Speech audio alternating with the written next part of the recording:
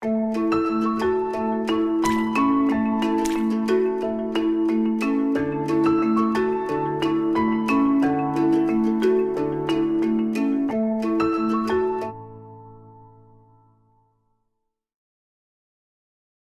den, dovolte, abych zahájil přednášku a představil vám zároveň pana profesora Petra Terema, který je v současné době a už dlouho, už je čtvrté období, že proděkanem pro vědu, výzkum a zahraniční vztahy už teď ne, že? Pro výzkum, byl i pro zahraniční vztahy. Je to geograf, který vystudoval v Banské Bystrici, ale nyní vlastně pracuje na fakultě politických věd a mezinárodních vztahů, kde se zaměřuje především na ty mezinárodní vztahy. Ale ta fakulta je svým způsobem taková výjimečná v rámci Slovenska, protože připravuje vlastně budoucí diplomaty, takže vlastně ty mezinárodní vztahy se tam studují současně i s diplomacií a podávají si tam dveře nejrůznější velvyslanci a lidé, kteří jsou napojeni na ty struktury diplomatické. Pan profesor Terem se zabývá především v posledních letech jadernou bezpečností, takže na to bude jeho téma. Je to nesmírně zajímavé, já jsem slyšel právě jeho inaugurační přednášku před pár lety, kdy vlastně na tom fóru vědeckém přednášel o těchto věcech a nesmírně zaujal všechny přítomné, takže věřím, že zaujme i vás a že podmítí i některé vaše dotazy, které zcela určitě jaderná energie a bezpečnostní spjatá tedy je propojena. Takže já už nebudu zdržovat, protože čas je drahý. Předávám slovo panu profesoru Teremovi a věřím, že budete spokojení. Ďakujem pekne za predstavenie pánovi profesorovi. Chcem sa samozrejme v prvom rade poďakovať pánovi profesorovi a všetkým organizátorom v podstate dnešného podujatia za to, že tu môžeme pred vami dnes vystúpiť. Som veľmi rád, že spolupráca v podstate medzi Ostravskou univerzitou, Univerzitou Mateja Bela je naozaj skvelá a osobitne teda medzi našimi pracoviskami. Ja teda trošku doplním tie základné informácie, ktoré tu pán profesor o mne povedal, asi v tom zmysle, že a teraz, keď to tu vidím, že je tu aj pán profesor Ištok, aj profesor Bár, musím povedať, že som veľmi rád, že som zapadol do tejto skupiny ľudí, pretože to sú osobnosti, ktoré v podstate boli pre mňa takým vzorom ešte v študentských časoch. Ja som to práve včera spomínal pánovi profesorovi, že niekedy v 89. 90. som držal jeho knižku Regionálnej geografie svetadielu a oceánu a fascinovala ma tak, že vlastne ovplyvnila celé moje ďalšiu odbornú profiláciu životnú a som teraz o to radšej, že môžem vystúpiť práve na pôde jeho katedry pred vami a určitým spôsobom zase sprostredkovať nejaké informácie, ktorým sa venujem a témy, ktorým sa dlhodobo venujem. Takisto pán profesor Ištok, aby som ho nevynechal, podobne vlastne všade zdôrazňuje priekopník politickej geografie na Slovensku, v podstate z ktorého prvých vlastne kníh, štúdií sme čerpali a podarilo sa nám vlastne aj v spolupráci s Prešovskou univerzitou vlastne rozvinúť tú politickú geografiu tak, že dnes je integrálnou súčasťou naozaj desiatok študijných programov na Slovensku a všade zdôrazňujem, že to nie je ľahké, aj spolu s pánom profesorom Matlovičom, kedy v podstate naozaj prichádzali s novinkami, ktoré sa ťažko nejakým spôsobom dokázali presadzovať, tak ako všade tam aj v týchto oblastiach je vždy veľká závisť, keď niekto príde s niečím novým a dobrým, takže nemali to ľahké, ale podarilo sa im vlastne presadiť a sme radi, že vlastne práve aj Prešov, aj Bystrica, aj Ostrava určitým spôsobom kooperujú ďalej v týchto otázkach a tešíme sa samozrejme aj na ďalšiu spoluprácu. Čo sa týka samotnej dnešnej témy, v podstate tým, že ja samozrejme tiež učím z toho, čo som povedal, zrejme jasné tiež politickú geografiu na Fakulte politických a medzinárodných vzťahov, teritoriálne štúdie, ale v rámci svojej vedecko-výskumnej činnosti sa dlhodobo venujem práve otázkam jadrovej energie. Vždy ma to trošku tak fascinovalo, že vlastne ide o oblasť, ktorá sa dá analyzovať či už z civilného alebo vojenského hľadiska a práve to duálne využívanie je niečo, čo dáva veľké možnosti skúmania aj z pohľadu teda medzinárodných vzťahov. Samozrejme, niečo sme k tomu vyprodukovali, už nejaké publikácie. Ja sám som vydal jednu knižku, ktorá sa venuje ako jadrovej energie v rámci štruktúry svetových energetických zdrojov. Niekedy v roku 2005 už by ju bolo treba inak aj updatenúť trošku. V roku 2008 potom vyšla ďalšia monografia, ktorá sa venuje zase jadrovým zbraniam a ich významu vlastne v svetovej politike. A vlastne dnešná prednáška by mala trošku ukázať práve túto špecifickú črtu v podstate témy jadrovej energie ako takej, keďže ide o v podstate niečo, čo naozaj na jednej strane fascinuje obrovské množstvo ľudí a proste mnoho ľudí s tým si viaže sa určitú veľkú perspektívu z hľadiska rozvoja jednotlivých regiónov sveta a v zásade sú nadšení touto formou využívania energie, ale na druhej strane je tu proste skupina ľudí, ktorá proste šíri až hystériu, až strach, hej, panický.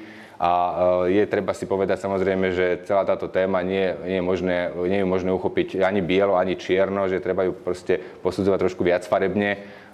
Treba sa zamerať na to, v čom tá jadrová energia môže byť prospešná pre ľudstvo a na čo si treba dať pozor.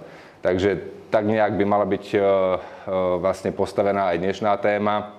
Ja by som si dovolil začať trošku všeobecnejšie v tom zmysle, že tým, že sa bavíme o jadrovej bezpečnosti, tak sa bavíme o bezpečnosti. A tá slovo bezpečnosť v podstate dnes je vnímaná naozaj úplne v inom kontexte, ako ešte pred nejakými 20-30 rokmi. Keď si zoberiete, tu si otvorím takéto krátke prezentácie, ktoré by trošku mali ukázať na to, že tá bezpečnosť je naozaj dnes vnímaná doslova interdisciplinárne. Je tu strašne veľa dimenzií, ktoré sa viažú vlastne s týmto pojmom. Súvisí to hlavne s tým, že v tom 21. storočí samozrejme sme svedkami z roka na rok situácií, ktoré nám dokazujú, že to medzinárodné prostredie je komplikované, čoraz menej predvídateľné a správa sa viac menej chaoticky. No a pochopiteľne, že tie dekády, zhruba tá posledná dekáda 20. storočia a prvá dekáda 21. storočia boli zaujímavé hlavne v tom, že ten koncept bezpečnosti sa veľmi prudko rozvíjal a začali sa vlastne do neho dostávať aj témy, ktoré predtým boli nepredstaviteľné. To znamená, ten výskum bezpečnosti sa dostáva do takej polohy, že vlastne dochádza k prepájaniu spoločenských, prírodných a technických vied a tie prístupy jednotlivých škôl, ktoré prichádzajú na scénu, sa zaoberajú jak prehlbovaním, tak samozrejme rozširovaním tohto konceptu bezpečnosti. Aby sme si vedeli ujasniť, čo si pod tými pojmami prehlbenie a rozšírenie bezpečnosti môžeme predstaviť, tak tu je taká základná charakteristika toho, že to rozširovanie konceptu je vlastne, ide o to, že jednoducho tá bezpečnosť sa vníma nie len v kontexte tých tradičných vojenských hrozieb, ale aj v nevojenských hrozieb. To znamená, dnes tá bezpečnosť naozaj už nie je vnímaná len čisto z toho militaristického aspektu a nie len tanky, obranné transportéry alebo rakety sú tie, ktoré ohrozujú bezpečnosť štátu, jedinca, regiónu, hej, a tak ďalej, alebo nejaké etnickej skupiny. A na to som teraz povedal úplne zámerne, pretože to prehlbovanie konceptu hovorí o tom, že jednoducho tá bezpečnosť sa už vzťahuje aj na iné referenčné objekty bezpečnostnej analýze, teda aj na jednotlivca, aj na ekosystém, aj na čokoľvek v podstate. Hej. Takými priekopníkmi boli Kodanská škola, ktorá prichádza vlastne začiatkom 90. rokov na scénu. A treba povedať, že aj v našich podmienkach už sa tieto koncepty udomácňujú, pracuje sa s nimi aj v kľúčových doktrínach, stratégiách, hej, a tak ďalej. Hoci to nebolo také jednoduché, ja sám sa pamätám, keď som nastupoval ako asistent na Fakultu politických medzinárodných vzťahov, ktorá vznikla v roku 95-96 a vtedajší moji nadriadení, zhodou okolností, inak budem mať, vidíte, som si na to spomenul, zajtra aj pohreb, prvý vedúci katedry medzinárodných vzťahov a diplomácie, profesor Azud, medzinárodný právnik, nemal absolútne žiadne pochopenie, keď som prišiel s témou energetickej bezpečnosti napríklad, hej, alebo s takýmito témami, že jednoducho to vôbec do medzinárodných vzťahov nepatrí, mi povedal, hej. A samozrejme dnes to nikto nespochybňuje. Ale naozaj ten koncept tak sa postupne dostával do povedomia v rôznych vedných disciplínach, že jednoducho už dnes to nikto nespochybňuje, ale nie je to tak dávno, kedy ešte to tak nebolo a to vnímanie bezpečnosti bolo skutočne úplne iné. Takže tie tradičné prístupy boli samozrejme primárne zamerané na to, že sa jednoducho vnímal ten referenčný objekt výhradne štát. Hej? A všetko, čo súviselo s bezpečnosťou štátu, sa viazalo nejak s bezpečnosťou. To znamená, išlo hlavne o otázky, ktoré sa spájali s použitím a hrozbou použitia vojenskej sily. Vnímalo sa, že to je vlastne primárna hodnota v tom anarchickom prostredí vlastne svetového politického systému, kde nemáte nejakú svetovú vládu, hej, svetového policajta, ktorý by dokázal nejakým spôsobom korigovať vývoj vo svete. No a samozrejme, akékoľvek tradičné definície týkajúce sa použitia síly podľa tých tradičných zástancov, podľa tej tradičných predstav nebolo potrebné vôbec ani nejakým spôsobom rozširovať. Samozrejme, postupne prichádzajú hlavne v Spojených štátoch ľudia, ktorí už tak v 80. rokoch hovoria, že predsa len je potrebné vnímať v kontexte tém, ktoré prichádzali na scénu. Samozrejme, mali sme tu rôzne otázky environmentálneho charakteru, energetické, iné oblasti, pandémie, podobne, že jednoducho predsa len tá bezpečnosť je treba ju vnímať trošku širšie. A tak sa postupne pomaly začína celý ten koncept rozširovať v tom zmysle, že tie nevojenské faktory mohli byť súčasťou vlastne tých bezpečnostných analýz za podmienok, že determinovali ten vojenský potenciál štátu, alebo proste ak ovplyvňovali dôvody a príčiny ozbrojených konfliktov medzi štátmi. Takže takto sa vlastne do tradičných predstáv o bezpečnosti dostali problémy nedostatku prírodných zdrojov, demografický rast alebo migrácia ako príčiny násilných konfliktov. O tom presne hovorili práce Homera Dixona, Glejka, Lowyho a ďalších v podstate, ktorí sa koncom 80. a začiatkom 90. rokov týmto témam venovali.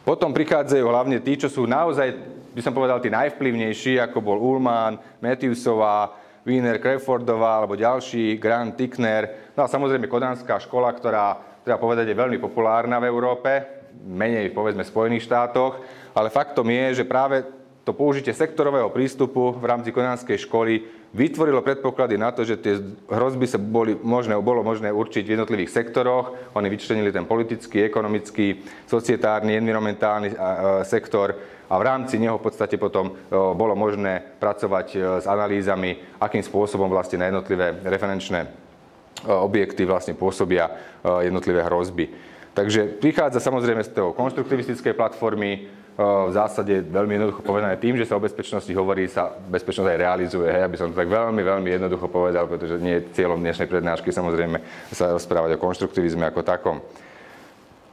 Takže toľko na úvod som si dovolil pripomenúť ohľadne toho, že vlastne prečo aj tie ďalšie záležitosti, o ktorých sa budeme rozprávať, sú nastavené práve takto a prečo vlastne tá jadrová bezpečnosť je vnímaná takýmto spôsobom.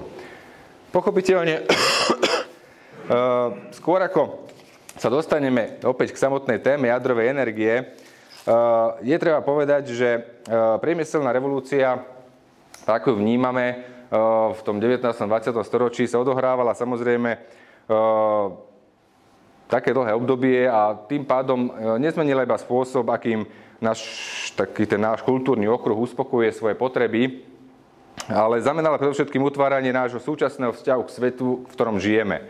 A tá optimistická koncepcia pokroku, v podstate tá absolútna viera v tom, že proste tá ľudská technológia je správna a to presvedčenie o tom, že ten človek má byť prečo tým pánom všetkého na Zemi, to znamená tie antropocentristické koncepcie, to všetko v podstate treba vnímať ako práve produkt priemyselnej revolúcie, ktorý dnes tvorí naozaj súčasť takej modernej industriálnej spoločnosti, bez ohľadu na to, že sa nám to páči alebo nie.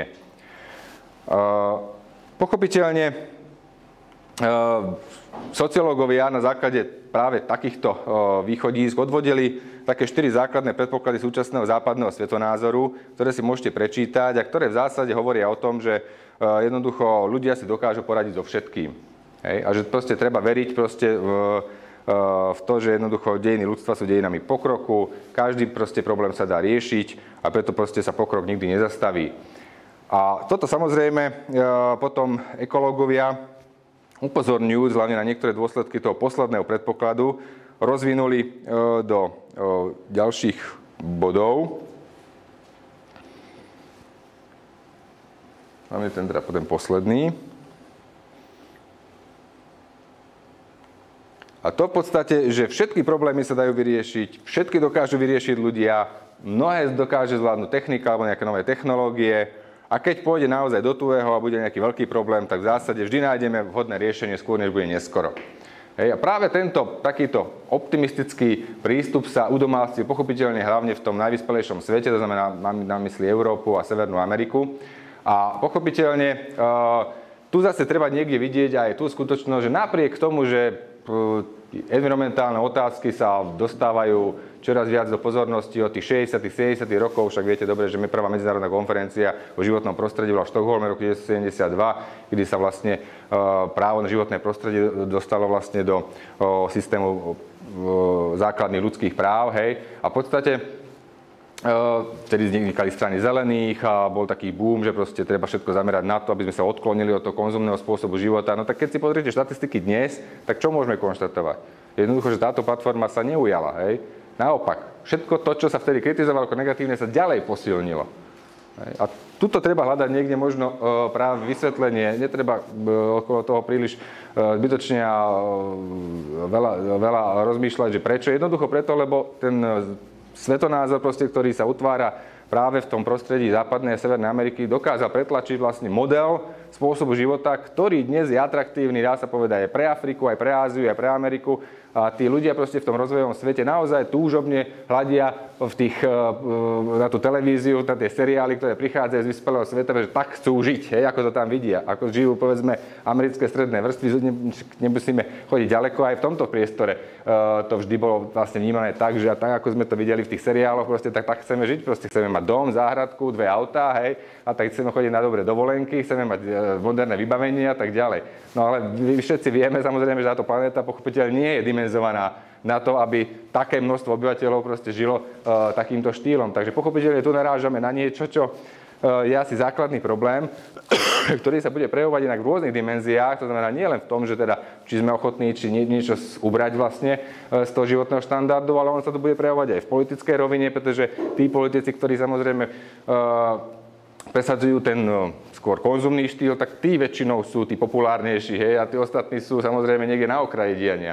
A jednoducho, pokiaľ aj dôjde k nejakým reštriktívnym opatreniam, tak vidíte, že sa situácia častokrát v mnohých krajinách radikalizuje, posilňujú sa potom radikálne prvky, hej, a tak ďalej. A jednoducho je to balík veľmi komplexný, proste, ktorý naozaj je ťažko rozčesnúť a ak pred pár rokmi, keď došlo teda k vypuknutiu tej krízy v Spojených štátoch na základe toho, že teda tie hypotekárne domy poskytovali tie hypotéky tak, ako poskytovali a spôsobili to vlastne tú bublinu, tak niektorí kolegovia aj v Čechách a na Slovensku písali o tom, že základný problém je v tom, ako presvedčiť americké stredné vrstvy, aby si ubrali vlastne z toho životného štandardu, pretože on bol nastavený neadekvátne reálnej situácii. No ale skúste toto, či vôbec je možné, áno? Či to príde nejaké samé a ak to niekto začne presadzovať, aké budú dôsledky politickej rovine. Hej, proste nepredstaviteľné veci. Takže jednoducho, tuto je naozaj, obávam sa, že sme narazili proste na niečo, čo asi nebude v našich silách zásadne vyriešiť, minimálne v krátkodobom strednodobom horizonte určite nie. Pokiaľ teda dôjde k nejakému negatívnemu vývoju, a teraz myslím globálne, nemyslíme na environmentálny priestor, ale na energetiku, ale všeobecne, tak možno, že dlhodobo to posunie tých ľudí k zmene správania, ale bude to trvať určite veľmi dlho. Nečakajme žiadne rýchle nejaké riešenie. Muselo by byť naozaj niečo nepredvídateľné a veľmi tragické, aby sme zásadným spôsobom prehodnocovali svoj životný štýl.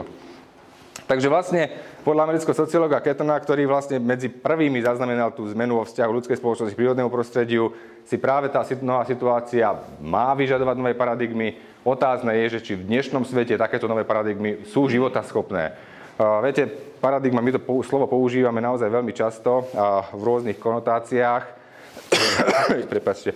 Ja som vlastne častokrát vysvetľoval študentom veľmi základný spôsob, ako pochopiť vlastne to, že či sa dá paradigma zmeniť myslenia, ako sa dá zmeniť, čo ju ovplyvňuje. Bol taký príklad v jednej učebnici, že predstavte si mapu Chicaga a Detroitu. Hej? A predstavte si, že ste v Chicagu a máte mapu Detroitu a vy sa potrebujete dostať, samozrejme poznáte ten pravouhlý systém vlastne ulic, ktorý funguje v amerických mestách, potrebujete sa dostať z bodu A do bodu B. Ale vy máte proste zlú mapu, tak ako budete sa snažiť, hej, neprídete, skúsite druhýkrát, vylepšíte to nejak, ten postup, budete sa snažiť proste vyhnúť sa niektorým možno miestam, zase len prídete na nesprávne miesto. Dobre, povedete si, tak skúsim myslieť pozitívne, hej, musím to, určite sa mi to podarí. Čo sa vám to, zase ten prídete na nesprávne miesto len o niečo skôr, hej, a v zásade sa nikdy nedostanete na to miesto, kam chcete, pretože máte zlú mapu. Hej, keby ste mali dobrú mapu, tak to všetko to úsilie a pozitívny prístup vám pomôže, ale keď máte zlú mapu, tak jednoducho sa nedostanete nikdy na to miesto. Hej. A teraz čo ovplyvňuje samozrejme to, že akú máme mapu? No to je to, čo vlastne v akom prostredí vyrastáme, čo nám rozprávajú rodičia, čo počujeme v škole, čo čítame v médiách, čo počúvame z médií. Hej. A to všetko formuje naše názory nejakým spôsobom. A podľa toho vlastne interpretujeme to, čo vidíme okolo seba. No a v tomto smere teda ozaj som dosť skeptický, či tá naša paradigma, v ktorej fungujeme, ako rozmýšľame, sa dá vôbec nejakým spôsobom meniť. Ešte bol taký pokus jeden, to som dokonca aj robil občas, že som dal jednej skupine študentov fotku, alebo taký obrázok starej ženy a druhej skupine v tej istej triede fotku mladej ženy. A museli sa na to 30 sekúnd pozerať uprene. A potom som im ukázal obrázok, kde boli vlastne obidve tie ženy na jednom obrázku, hej, to bolo také zlúčené. A teraz tí, čo pozerali prvý tú mladú ženu, tak tam videli mladú ženu, hej. Tí, čo pozerali na starú ženu najskôr, tak tam obrázku videli starú ženu. Oni tam boli obidve.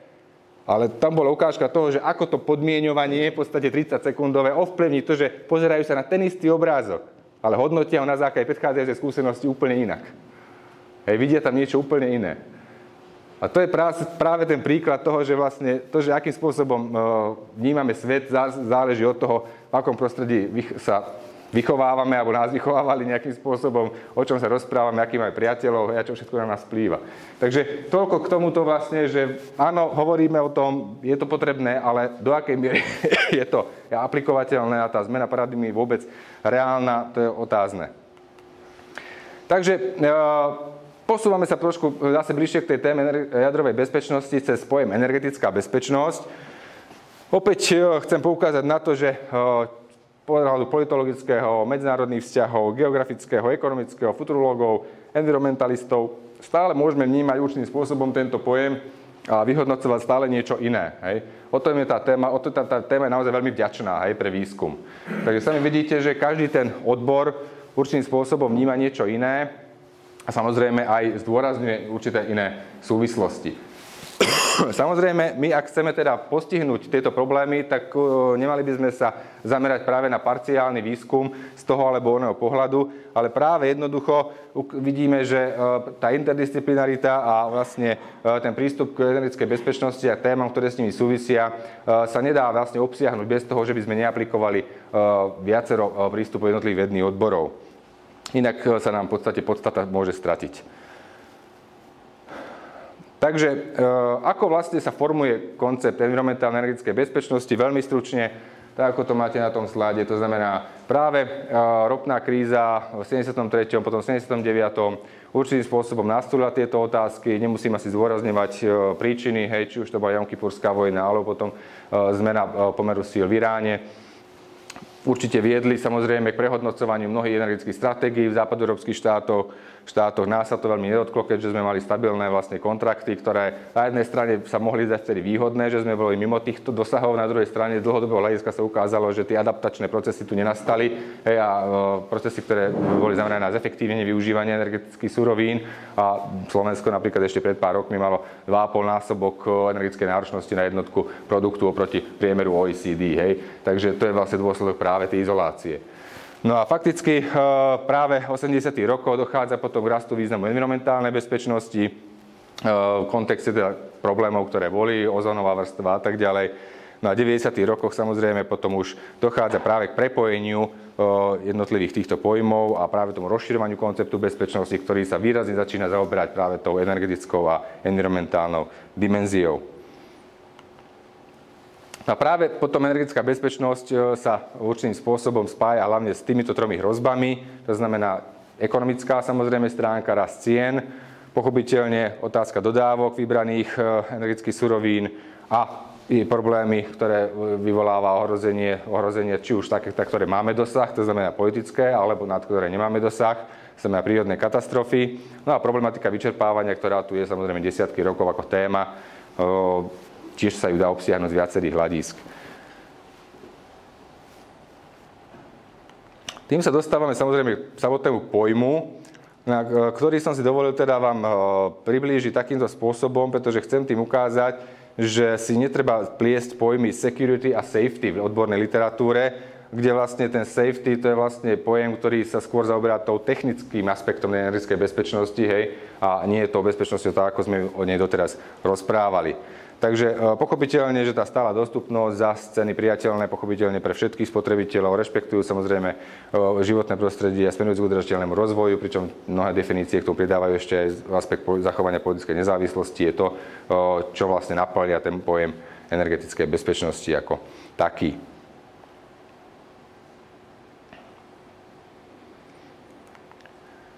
No a vlastne, ako sa tá jadrová energia dostáva na scénu a prečo? Pochopiteľne, že tá dnešná štruktúra energetických surovín je typická tým, že máme tu dominantné zastúpenie kvapalných a plynných uhlovodíkov a že tie štruktúrálne zmeny, ktoré sme sledovali v priebehu 20. storočia, zásadným spôsobom narušili určitú rovnováhu, ktorá tu bola evidentná v predchádzajúcom období. No a pochopiteľne, že ten nadbytok lacnej ropy, ktorý tu bol v určitých obdobiach, mám tu na mysli hlavne tie 60. 70. roky, už samozrejme nie, ale potom napríklad 80. znova, vlastne spôsobil to, že proste sa vytláča napríklad uhlie a v podstate uhlie sa vnímalo, alebo podpora vlastne ťažby uhlia zo strany vlád sa skôr vnímalo ako niečo, čo je proti jednoducho prirodzenému vývoju trhového hospodárstva a že nemá to opodstatnenie. V zásade každý, kto podporoval ťažbu uhlia, každé vlády boli jak obviňované z toho, že vlastne pôsobia proti prirodzenému vývoju trhu, hej, a tak ďalej. Takže bolo to chápané ako neadekvátne zásahy vlastne prospech jednej energetickej suroviny. Viete dobre, že aj v Čechách alebo aj na Slovensku máme samozrejme situáciu v mnohých regiónoch, kde napriek tomu, že tá ťažba zďaleka nie je efektívna, tak sa nadalej umelo udržiava, pretože viaže samozrejme obrovské množstvo pracovných síl, hej, a tak ďalej, a mnohé oblasti by zrazu zostali naozaj deficitné z hľadiska pracovných pozícií a v podstate ekonomický úpadok by bol veľmi rýchly. Faktom je ale, že ten posun samozrejme k využívaniu nových, tzv. Nových zdrojov energií, či je to zemný plyn alebo jadrová energia, nastáva ruka v ruke práve s procesmi, ktoré som už naznačil, a samozrejme postupne sa dostávajú na scénu aj obnoviteľné zdroje, kdežto dnes už vidíme, že aj tie obnoviteľné zdroje majú svoje limity, majú svoje výhody samozrejme, ale aj svoje limity a zásadným spôsobom dnes napríklad tak, jak v Čechách, tak na Slovensku predražujú, hej, vlastne tú cenu elektrickej energie a je potrebné hľadať ďalšie riešenia na to, aby ten podiel využívania obnoviteľných zdrojov bol väčší do budúcnosti. Viete dobre, že je tu nejaký balíček 2020 do roku 2020, vlastne, aby krajiny Európskej únie mali podiel 20% využívania obnoviteľných zdrojov. Niektoré štáty by chceli ísť ešte naviac tomu, ale opäť si treba povedať jednu vec. Kto, kedy a prečo presadzuje práve tieto technológie, zelené technológie a tak ďalej. Keď Škandinávci prišli pred nejakými 10 rokmi s Green Techom a ďalšími záležitosťami, tak v podstate Nemci ich zablokovali, pretože oni vtedy vlastne mali trošku iné predstavy. V niektorých spolkových krajinách však za posledných 10 rokov boli investované stovky miliónov eur na výskum a vývoj proste zelených technológií. Dnes sú špička v podstate Nemci v tomto smere a už je tu samozrejme na pôde Európskej komisie ale vôbec celkovo v Bruseli veľké nemecké lobby vrátane teda lobbingu pani Merkelovej na to, že proste akým spôsobom sa má zvyšovať, ako rýchlo zvyšovať podiel využívania obnoviteľných zdrojov, pretože Nemci sú teraz tí, ktorí z toho budú mať najväčšie výhody, keď sa to presadí v rámci európskej legislatívy. Hej. Oni do toho investovali európske peniaze, oni ich chcú späť. A Škandinávci, ktorí vždy ich považovali za, samozrejme boli považovaní za tých pro-environmentálnych a tak ďalej. Napríklad teraz nie sú veľmi nadšení práve týmto nemeckým postojom a dokonca ho aj brzdia. Hej? Takže aj tu treba vidieť, že nie vždy ide o tie všeľudské hodnoty a o tú planétu ako takú, ale v prvom rade vždy o tie záujmy samozrejme tých konkrétnych subjektov, ktoré určitým spôsobom realizujú výskum a ten prináša nejaké ovocie samozrejme po 10-20 rokoch vývoja. Takže Svetová energetická rada vlastne vytýčila pre prvé dve dekády 21. storočia 3 základné energetické ciele. A to je dostupnosť, spoľahlivosť a priateľnosť. Faktom je, že zameranie na tieto 3 ciele bolo vlastne motivované tým, že jednoducho je tu snaha samozrejme o stabilizáciu situácie vo svete z hľadiska dodávok energetických surovín.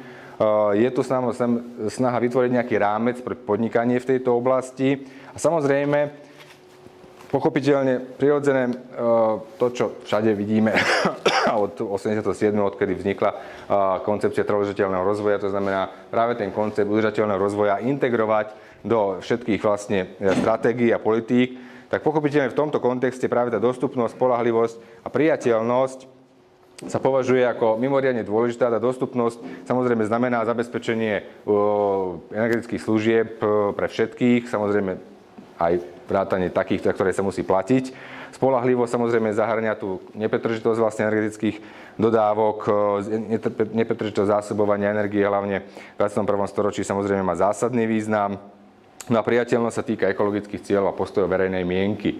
A to je zase veľmi významný aspekt, pretože ten hlavne v súvislosti s jadrovou energiou je veľmi kľúčový. Proste tá jadrová energia sa môže samozrejme rozvíjať v tých štátoch, kde tá verejná mienka samozrejme je naklonená tejto forme využívania energie. Nie všade je to možné a v určitých regiónoch alebo v určitých štátoch, hlavne európskych, verejná mienka mimoriadne citlivo reaguje na túto tému. Ja som zhodou okolností bol teraz v pondelok na jednej konferencii v Bratislave o hodnotení zahraničnej politiky za minulý rok. A keďže u nás je teraz diskusia, alebo včera vyvrcholila diskusia dvoch prezidentských kandidátov, tak samozrejme ľudia, ktorými poznám z ambasád, tak sa pýtali na niektoré detaily diskusí od názoroch proste jedného a druhého na konkrétne témy, pretože nerozumejú vždy po slovensky, tak si pýtali taký anglický detailnejší preklad. No ale napríklad kolegyne z ambasád Nórska alebo Fínska, s ktorými sme sa rozprávali, sa nás pýtali, že prečo ani v jednej diskusii nezaznela vôbec téma proste životného prostredia. Ekológia, environmentálne otázky, akože vôbec, proste sa ani jeden kandidát to nedotkol, hej, proste nejako, že to vôbec nerezonuje u vás táto téma, tak obyvateľom to je to jedno. Tak sme im povedali, že áno, nerezonuje, proste jednoducho, ani novinári, ani nikto sa nepýta na tieto otázky, hej, proste jednoducho ľudia evidentne to svedčia aj o tom, že tá situácia sociálno-ekonomická je ešte stále nie na úrovni, kedy by ľudia vnímali už aj tieto otázky, hej, ale vnímajú vyslovene vlastné prežitie, hej, vnímajú to, či majú prácu, či nemajú prácu, či dokážu prežiť z mesiaca na mesiac a nie. A v zásade si neuvedomujú, že tá kvalita životného prostredia samozrejme je niečo, čo nemôže sa začať zaoberať potom, keď sa budeme mať dobre. Lebo ak sa o to nebudeme zaoberať teraz, tak sa nebudeme mať nikdy dobre. Hej. Čiže to je jedno s druhým prepojené, lenže toto pochopili samozrejme Severania, pochopili to v západnej Európe už pred 2, 3, 4 dekádami, ale v strednej Európe stále. Bohužiaľ sme niekde inde v tomto smere. To povedomie proste je veľmi slabé. Takisto napríklad jadrová energia ako taká, hej, ako v podstate zoberiete Taliansko, Švajčiarsko, Nemecko, Francúzsko, hej, tak tým alebo oným spôsobom, ale tá verejná mienka reaguje.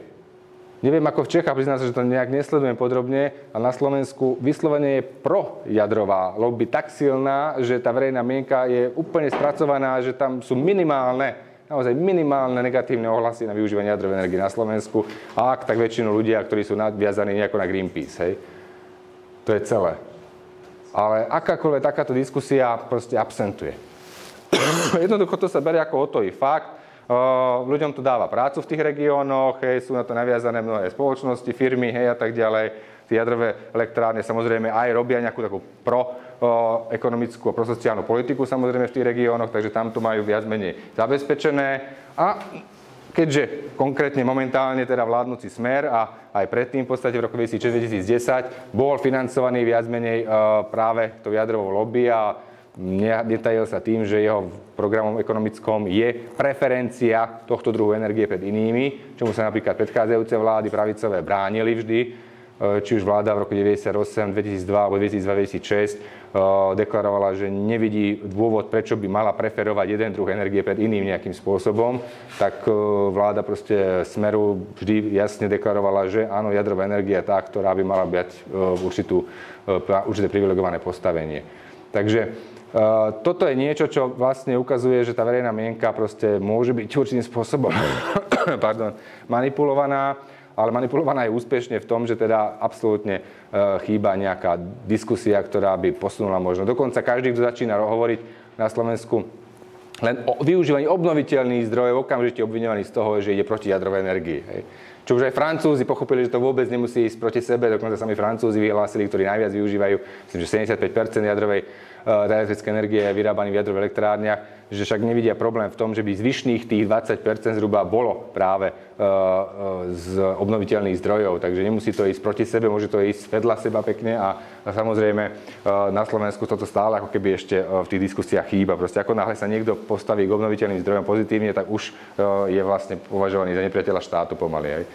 Takže toto je fakt a jednoducho práve na toto chcem upozorniť, keď hovorím o absencii teda verejnej mienky, alebo teda o dôležitosti, priateľnosti ako jedných základných energetických cieľov. Takže celkovo tá jadrová energia, je tu vždy tá dilema, ako som už naznačil hneď v úvode tejto prednášky. Je to súčasť teda tej tvrdej energetickej cesty, ktorú si nechceme nejakým spôsobom predstaviť do budúcnosti, že by sme ju rozvíjali. Je to zdroj energie, ktorý je neefektívny. Je to zdroj energie, ktorý je neekonomický. Alebo naopak, ako tvrdia niektorí zástancovia, je to súčasť nejakého toho budúceho zeleného vývoja, optimistického vývoja, ktorý v podstate je dnes založený na naozaj bezpečnosti, na znižovanie emisí a tak ďalej. Môžeme to vnímať takýmto spôsobom, tú jadrovú energiu? Toto sú tie otázky, ktoré ja dúfam, že aj na seminári sa o nich ešte porozprávame. Ja som si dovolil vám tak zhrnúť také najpádnejšie, najčastejšie používané argumenty zástancov a odporcov jadrovej energie. Takže aké sú najčastejšie uvádzané nedostatky? Tu si ich môžete prečítať. V podstate samozrejme kapitálová náročnosť. O tom nemusíme ani hovoriť. Tým, že sa zvyšujú nároky na bezpečnosť, tak pochopiteľne stúpa aj náročnosť kapitálová. To znamená, čoraz viac samozrejme sa tie elektrárne predražujú. My máme teraz čerstvú skúsenosť, keďže sa dostavia momentálne je v takej už finálnej fáze dokončenia 3. a 4. blok jadrovej elektrárne v Mochovciach. To je elektráreň, ktorá v podstate o ktorej bolo rozhodnuté niekedy v 70. rokoch. Za režimu bývalého sa niečo urobilo, zhruba na 30% sa dokončili, ale potom prišlo teda 89. rok. Všetko to bolo zamrznuté, zablokované. V polovici 90. rokoch sa dokončil prvý a druhý blok, takže prvý blok bol spustený v roku 1999 a druhý v 2000. A potom v podstate sa nerobilo nič, až teda vláda Smeru v roku 2006 pripravila pôdu na to, aby teda sa dokončili aj 3. a 4. blok a vlastne zobrala to talianska firma Enel. No a v podstate treba povedať, že Taliani odtedy už niekoľkokrát predražili výrazne v podstate celý tento projekt a z dôveryhodných zdrojov z minulého týždňa som dostal informáciu, že dokonca nie je ani dôvera zo strany ministerstva hospodárstva k tomu, že Taliani to reálne dotiahnu do toho finále a že tá elektrárne bude spustená. Hej. Takže faktom je, že proste získali dobrý kontrakt, hej, niekoľkokrát navyšujú vlastne tie prostriedky, ktoré pôvodne teda boli niekde úplne inde, ako sú dnes a napriek tomu teda tá elektráreň stále ešte nie je hotová. Bezpečnostné problémy, samozrejme, to sú tie tradičné, o ktorých sa hovorí a súvisia samozrejme s celým radom aspektov fungovania jadrovej elektrárne, vrátane samozrejme uskladnenia radioaktívneho odpadu. Pochopiteľne z hľadiska takého politického, legislatívneho, celý proces je samozrejme veľmi rozsiahly budovania vôbec jadrovo-energetického programu a vyžaduje si to samozrejme obrovské množstvo predpisov, obrovské množstvo vlastne inštitúcií, ktoré sa to musia venovať a je otázne, či môže byť vo všetkých prípadoch, teraz nemyslím Európu, ale skôr iné krajiny, udržaný úspešne pod kontrolou. Samozrejme, je tu ďalšia taká výhrada k jadrovej elektrárni ako takej a to, že vlastne podporovanie jadrovej energie vlastne podľa mnohých podporuje také centralizované trendy v ekonomike, podporuje v podstate trendy, ktoré sú nie veľmi naklonené rozvoju práve tej neviditeľnej ruky trhu. Naopak, brzdí akékoľvek iné iniciatívy a brzdia rozvoj alternatívnych zdrojov tým, že viažu na seba obrovské finančné prostriedky. No a samozrejme, ďalšia vec, a to som naznačil hneď v úvode vlastne môjho vystúpenia dnešného, problematické je to, že naozaj tá jadrová energia je využiteľná aj na mierové, ale zároveň aj na vojenské účely. A to je ten aspekt, ktorý treba brať do úvahy. Viete, my v Európe to tak nevnímame a dúfam, že aj nebudeme musieť nikdy vnímať práve z tohto aspektu. Ale proste je tu celý rad príkladov vo svete, ku ktorým sa ešte dnes dostanem, či už na prednáške alebo na seminári, ktoré poukazujú práve, že pod pláštikom mierového využívania jadrovej energie jednoducho naozaj mnohé štáty rozvíjali programy získavania jadrových zbraní a technológií, ktoré by im v tom pomáhali. A to si zoberte či už Indiu, Pakistán, Juhoafrickú republiku, ktorá bola jadrovou mocnosťou, ale sa vzdala svojich jadrových náloží. Aj ten nešťastný Irak, ktorý napriek tomu, že v tom 2003 sa nenašli dôkazy, tak mal veľmi rozvinutý jadrový program v rokoch 80. a začiatkom 90. rokov. Hej. Irán je dnes samozrejme podozrievaný z aktivít, ktoré nie sú v súlade úplne s tým, čo oficiálne deklaruje. Severná Kórea, hej, a tak ďalej, a tak ďalej. V minulosti tu boli aj ďalšie štáty, Brazília, Argentína, dokonca v Európe, Švédsko, Nemecko, Taliansko, ktoré mali ambície rozvíjať si proste jadrové programy zamerané na využívanie jadrových zbraní. Hej, Japonci, keby dnes sa rozhodli, tak behom pár mesiacov naozaj tie jadrové zbranie si dokážu vyrobiť bez problémov, lenže Japonsko sa považuje za dôveryhodnú krajinu a preto táto diskusia v podstate nie je nastolená. Irán je už iný prípad, alebo v minulosti Sýria, Líbia, takisto. Takže jednoducho toto je práve ten problém, ktorý hovorím, my v Európe zďaleka tak nevnímame, ako on vlastne podstatný a závažný je, ale samozrejme v iných častiach sveta. Prednosti. Aké teraz môžeme vnímať prednosti? Pochopiteľne kľúčový v kontexte témy, ktorá tu je vlastne 20 rokov mimoriadne dominantná, a to je proste samozrejme oteplovanie a teda v kontexte práve emisí CO2 sa mnohí samozrejme snažia poukázať na to, že máme tu vlastne riešenie situácie, ktoré nám zabezpečí, že dokážeme naplniť tie limity, ktoré sme si dali, znížiť výrazne emisie CO2 a že práve tá jadrová energia je významným nástrojom, ktorý stále nedostatočne využívame.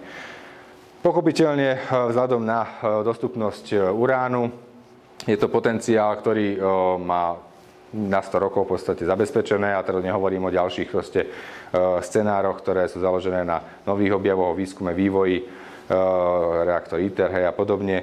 Jadrová elektráreň má to obrovskú výhodu, je možné postaviť v zásade kdekoľvek, jediné, čo potrebujete vyriešiť, je práve chladenie, hej, a podľa toho v podstate môžete, a to vidíme či už v Kanade, v Spojených štátoch, v západnej Európe, vždy lokalizovať tú jadrovú elektráreň práve tam, kde predpokladáte teda výrazný rast dopytu po elektrickej energii. Hej.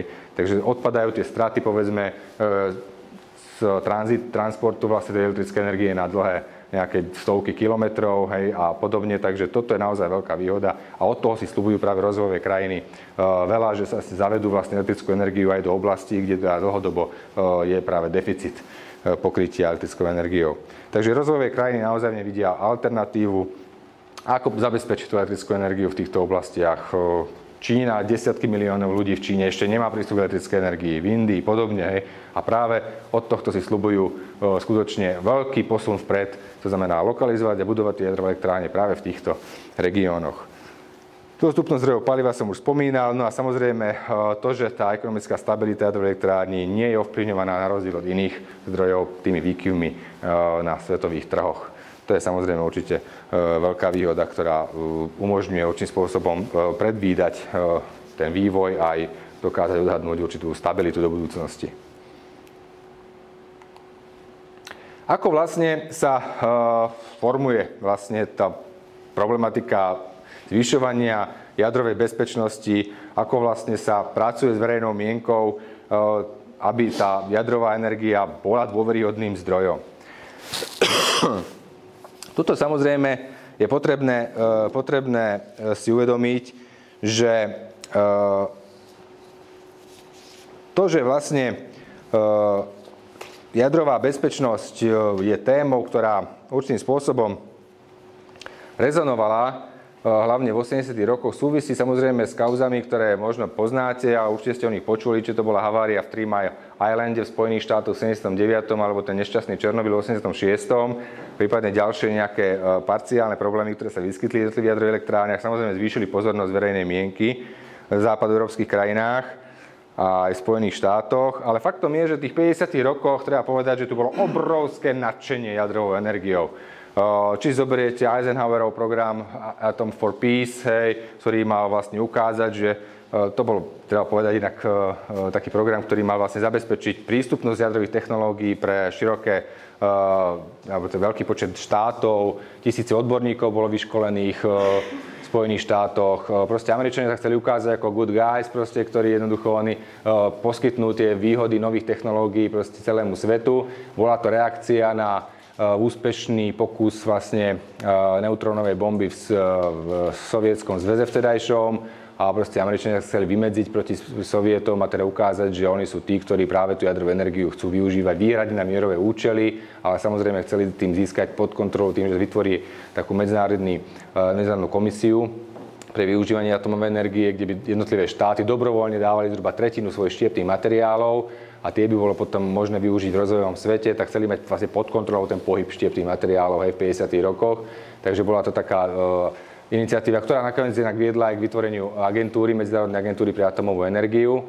Ale to som chcel povedať, že to nadšenie vlastne bolo tak úžasné, tak ohromné, že naozaj vtedy ako aj na strane Sovietov, ktorí vybudovali potom ten výskumný ústav v Dubne, alebo teda na strane Spojených štátov a ich spojencov vlastne videli riešenie takmer všetkých problémov v tom, že vlastne máme tu jadrovú energiu, budeme budovať jadrové elektrárne, elektrické energie bude absolútne prebytok a všetci ideme žiť proste v maximálnej hojnosti a dostatku. No, samozrejme, nahrávali tomu aj určité problémy s zásobovaním ropou, Suezská kríza, potom samozrejme arabsko-izraelské vzťahy a tak ďalej. Takže ten počet elektrární sa zvyšoval takým spôsobom, že konkrétne v roku 1960 pracovalo vo svete asi 20 jadrových elektrární, ale v roku 1975 už ich bolo 130. Hej. Bolo to skutočne veľký posun a kým v roku 1978 vyrobili jadrové elektrárne asi 5-6% z celkového množstva elektrickej energie, tak v roku 1985 už to bolo 15%. Takže v tomto období sa naozaj zjavila tá jadrová energia ako mohutný, perspektívny proste energetický zdroj, ktorý zohrá veľkú úlohu v rozvoji ľudskej spoločnosti. Prognózy, keď si zoberieme energetických zdrojov, ktoré sa vypracovávali v polovici 80. rokov, tiež dávali veľké vyhliadky jadrovej energii. Napríklad spoločnosť Data Research International v roku 1984 uvádzala, že podiel elektriny vyrobenej v jadrových elektrárniach sa má zvýšiť z tedajších 19 na 37% v roku 2000. Ďalšie napríklad agentúry tiež uvádzali, že zhruba 40 až 45% elektrickej energie do roku 2000 má byť vyrobený v jadrových elektrárniach. Stále sme sa nepohli z tých 15%, naopak ešte ten podiel o niečo klesá. Hej? Takže v podstate dá sa, že tá jadrová energia, alebo teda elektrická energia vyrobená v jadrových elektrárniach dosiahla svoje kapacity a ak teda sa bude zvyšovať, tak evidentne v určitých častiach sveta, o ktorých si ešte povieme. Takže v zásade je pravdou, že tá obava jednoducho o jadrovú bezpečnosť potom ovplyvnila aj ten ďalší vývoj 90. rokoch a v posledných 15 rokoch alebo 14 rokov v rámci 21. storočia.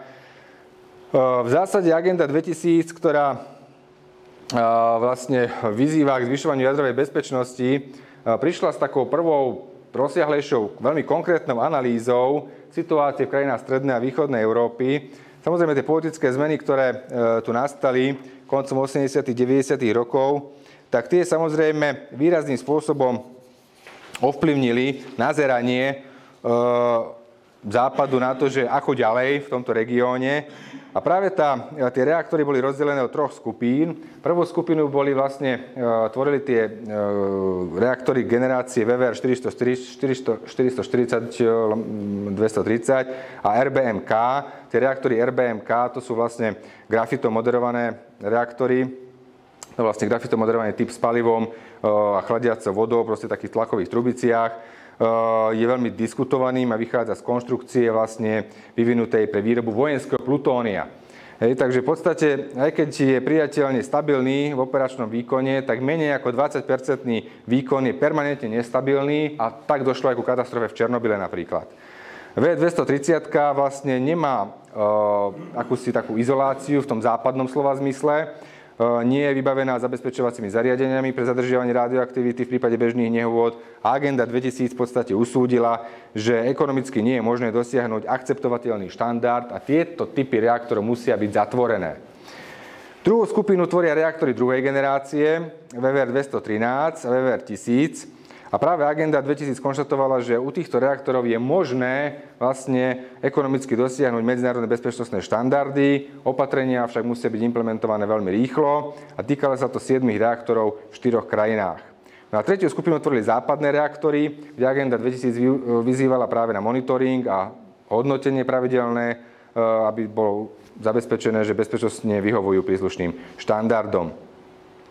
No samozrejme, napriek čiastočným modernizáciám v 90. rokoch bezpečnostné charakteristiky typov RBMK a prvej generácie VVR nezodpovedali vlastne tým západným predstavám Tu ale treba povedať, že to samo o sebe neznamená, že oni neboli bezpečné, ale jednoducho to, že bezpečnostné charakteristiky sa odlišovali od tých, ktoré sú nariadené západnými schvaľovacími požiadavkami.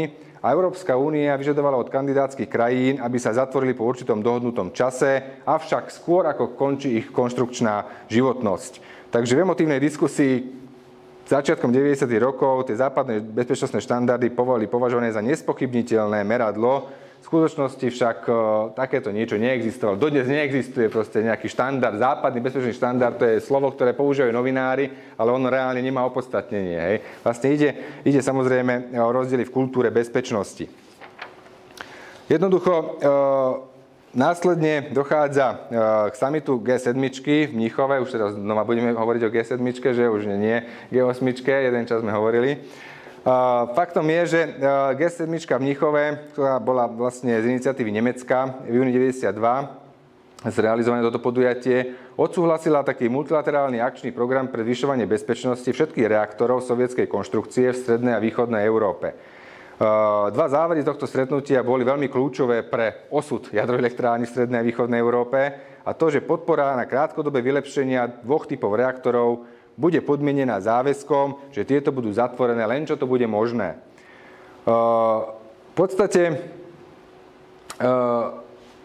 podpora pre vylepšenie nových elektrární potom bude vyžadovať bezpečnostné štúdie, analýzy energetických politík, energetických alternatív a financovania. Takže nové kolo politického manévrovania bolo odštartované samozrejme pozvaním reformných krajín do Európskej únie. No a jednou z podmienok Európskej únie postavená v roku 1997 bola, že všetky inkriminované jadrové elektrárne musia dosahovať zase západné bezpečnostné štandardy. V priebehu 7 až 10 rokov a Asociácia dozorov jadrovej bezpečnosti krajín EÚ, tzv. VENRA, bola poverená analýzou bezpečnostných úrovní všetkých elektrární v kandidátskych krajinách. Faktom je, že v prípade napríklad Slovenska sa to dotklo Jaslovských Bohuníc, ktoré boli vlastne prvou jadrovou elektrárňou. Tam boli tie reaktory práve tej prvej generácie v tej V1. A došlo v podstate k rozsiahlému programu zvyšovania bezpečnosti, ktorý si vyžiadal, pôvodne to malo byť nejakých 6 miliárd korún, potom nakoniec to bolo okolo 8,5, či 9 miliárd. A v zásade naozaj tá úroveň bezpečnosti sa zvýšila na požadovanú, avšak v zásade platilo to, že napriek tomu, že Slovensko investovalo do toho, tak vlastne úradníci, ktorí riešili a proste, ktorí boli zapojení do toho prístupového procesu v rámci kapitoly energetika, jednoducho vychádzali z týchto záverov samitu G7 a z toho vlastne postavili aj tú jednoznačnú požiadavku na to, že pokiaľ Slovensko má ašpiráciu stať sa členom EÚ, musí tieto dva bloky zavrieť, hej, vo V1, dva reaktory. Takže jednoducho všetci vtedy poukazovali na to, že závery tej G7, že boli síce adekvátne v tom čase, kedy boli prijaté, ale odtedy sa veľa zmenilo, až napriek tomu, že žiadne agentúry, ktoré robili v podstate hodnotenie bezpečnosti, nemali výhrady, tak jednoducho vychádzali práve z týchto záverov úradníci a tak vznikla politická požiadavka na uzatvorenie. Hoci tá elektráreň bola už splatená, lebo to ona v socialistických cenách v podstate ešte bola splatená, hej, vyrába elektrickú energiu o polovicu lacnejšie ako dnes napríklad Mochovce vyrábajú. Hej, a do roku 2015 kľudne mohla fungovať. Ale jednoducho bola tu požiadavka, ktorá bola nastolená a pokiaľ by sme ju nereflektovali, tak sme mohli ohroziť celý vlastne pozitívne sa vyvíjajúci proces integrácie do EÚ.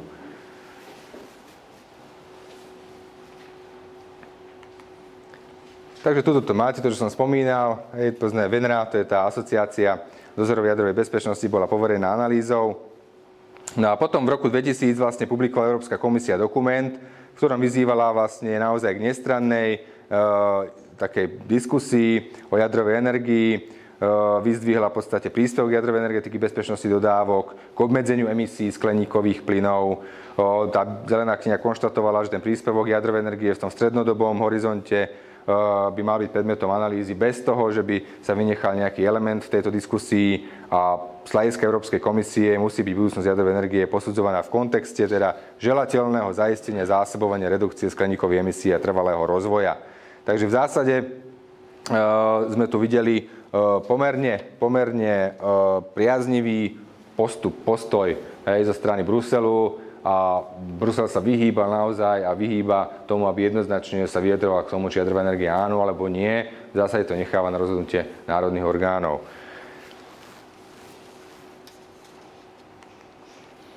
súčasnosti teda je situácia taká, že jadrová energia sa podieľa približne 31% na výrobe elektrickej energie.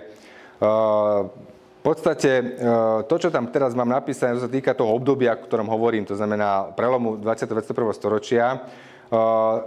Viete dobre, že po Černobyle vlastne a pred Fukushimou naozaj sa zdalo, že aj v kontexte samozrejme napríklad udalosti 11. septembra, ktoré predsa len viedli vlády jednotlivých krajín prehodnoteniu stupňa závislosti na dodávkach ropy z citlivých oblastí, tak v zásade sa zdalo, že tá jadrová energia chytí druhý dých. A tak vlastne prehodnocovali naozaj aj Belgicko, aj Holandsko, aj Švédsko, Taliansko, aj Nemecko predchádzajúce útlmové v podstate koncepcie do rozvojových. A zdalo sa, že práve jadrová energia chytá vlastne druhý dých začiatkom 21. storočia. Faktom je, že aj verejná mienka bola pomerne naklonená pozitívne, aj sa s ňou dosť intenzívne pracovalo. Taliani napríklad, ktorí sú naozaj mimoriadne závislí na externých zdrojoch, videli v tom práve možnosť zvýšenia vlastne energetickej bezpečnosti krajiny. Samozrejme, Angela Merkelová bola, hoci to teraz nezdá, ale bola zástankyňou vlastne jadrovej energie. Ona bola tá, ktorá presadila potom tú zmenu koncepcie z toho útlmového na rastový v Nemecku samotnom a za chvíľu sa dozvieme, že prečo nakoniec prehodnotila ten postoj. Ale faktom je, že naozaj tieto krajiny vnímali v Spojených štátoch takisto, sa predĺžovali licencie na životnosť jadrovej elektrární. Boli tu rozvojové koncepcie aj v Strednej Európe, v Česku, Poľsko dokonca veľmi ako vážne uvažovalo o vybudovaní jadrovej elektrárne. Maďari rozmýšľali, Chorváti, Slovinci a ďalší, povedzme. Takže naozaj to bolo niečo, bola to veľmi aktuálna téma a zdalo sa, že je to celkom pozitívne. Avšak prišla Fukushima a pochopiteľne Japonsko ako krajina, ktorú sa všetci pozerali vždy ako s obdivom, že ona má tie technológie, ktoré umožnia v podstate stavať jadrové elektrárne aj v tektonických zónach, aj v proste oblastiach, ktoré sú vystavené proste potenciálnej seizmicite, tak v zásade musí nejakým spôsobom prehodnotiť, pretože ani tie vyspelé technológie nakoniec nezabránili tej tragédii, ktorá sa stala vo Fukushime. A viete dobre, že práve keď sa niečo stane v krajine, tak ktorú sa všetci pozeráme tak, že no teda, ak tam už sa niečo stane, tak potom čo my ostatní, tak v zásade to výrazným spôsobom ovplyvnilo práve prístupy samozrejme k využívaniu tejto formy energie. Ja len spomeniem takú jednu zaujímavosť z udalosti okolo Fukushimy. Poradca premiéra pre ekonomické otázky tam má dcéru, ktorá mu učí na Tokijskej univerzite a teda bola tam v tom období, keď došlo k tejto katastrofe. Faktom je, že tá infraštruktúra neuveriteľne rýchlo opäť bola obnovená behom niekoľkých týždňov, cestná napríklad infraštruktúra v tej oblasti, ale čo bolo zaujímavé, bol postoj ľudí, ako tá japonská spoločnosť je vysoko organizovaná, vysoko disciplinovaná a oni dostávali napríklad politrové fľaše vody na jeden deň, ako dávku, ktorú proste im garantovali. Na to boli kilometrové rady, kde im proste to dávali, všetci stáli pekne v pohode, v pokore a každý si proste tú jednu fľašku proste zobral, ktorá mu chodila. Ona hovorila, že si položila tú fľašku proste v tom období proste veľkého deficitu vody ako takej, aj vrátane pitnej, položila si ju pred dvere, lebo si zabudla kľúče, išla proste na pár hodín preč, vrátila sa, tá fľaška tam proste stále bola. Nikto si nedovolil jednoducho tú fľašku zobrať, keď mu nepatrila. Takže ja to len ako som trošku odbočil od témy, ale chcem ukázať, že ako zvládali Japonci túto veľmi komplikovanú situáciu.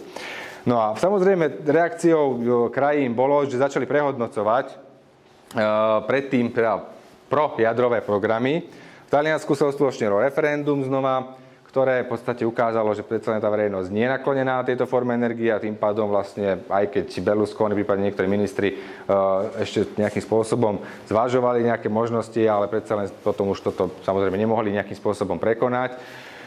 Švajčiarsku takisto výsledkom referenda je to, že do roku 2034 bude uzavretých všetkých 5 jadrových elektrární, podobne Španieli. No a Nemci, čo sa týka Nemcov, tak tam samozrejme si treba uvedomiť jednu vec.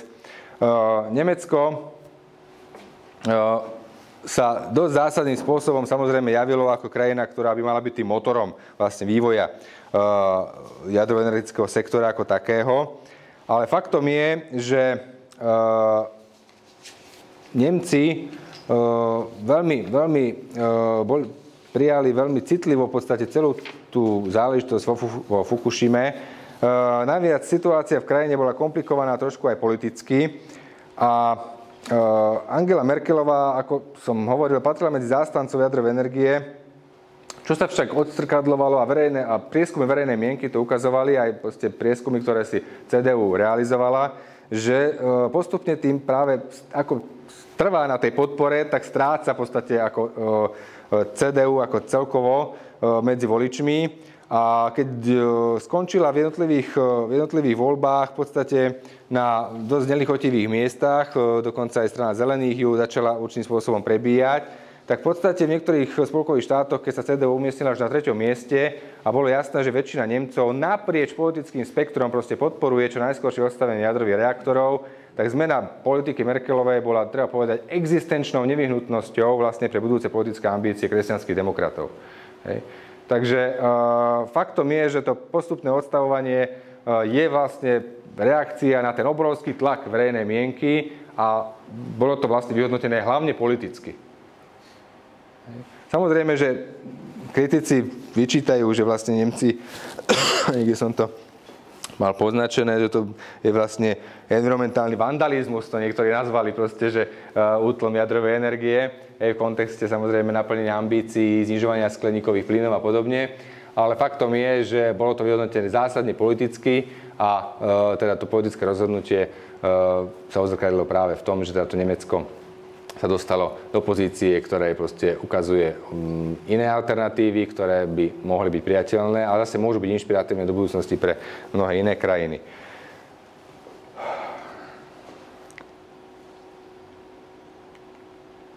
Medzinárodná agentúra pre atomovú energiu samozrejme prichádza s rôznymi štúdiami, ktoré ukazujú, aké môžu byť scenáre v kontexte posledného vývoja. Taký ten realistický, na rozdiel od toho optimistického, počíta s tým, že vlastne mali by byť dokončené určite minimálne tie elektrárne, ktoré už boli teda rozostávané, prípadne boli projektovo naplánované a boli na ne prípadne vyčlenené nejaké prostriedky už. Takže vlastne očakáva určitý nárast do roku 2030. Ten sa bude týkať hlavne Indie, Číny a potom ďalších niektorých rozvojových krajín, ktorí vsadili na tento scenár. No a ten maximalistický, ktorý samozrejme tu bol pred Fukushimou, zrejme už dnes aktuálny nie je, ale vidíte sami, že aký bol odvážny. V podstate tie také perspektívy smerovali až k dvojnásobeniu súčasných kapacít na úroveň zhruba 679 gigawatov v roku 2030. Podľa zdrojov teda agentúry je dnes zhruba tých 435 fungujúcich jadrových reaktorov, 29 je vo výstavbe, polovica z tých, ktoré vo výstavbe je v Ázii. Z tých všetkých krajín, ktoré tu som už trošku spomínal, tak najväčšie ambície má India, kde plánuje vlastne zvýšiť podiel do roku 2052 až na 26%. S tým, že teda jadrové elektrárne stále majú zhruba 15% podiel už vlastne nejakých 30 rokov na globálnej produkcii energie.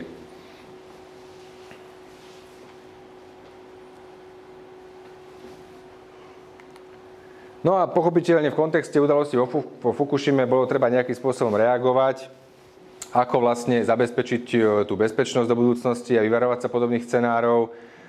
Tá požiadavka proste toho, aby vznikol nejaký unifikovaný systém bezpečnostných štandardov, je samozrejme na stole už dlhšie, ale práve vzhľadom na to, čo sa udialo v Fukushime, to bolo pochopiteľne aktuálnejšie ako predtým, ako kedykoľvek predtým. No a v tomto smere treba si tiež uvedomiť, že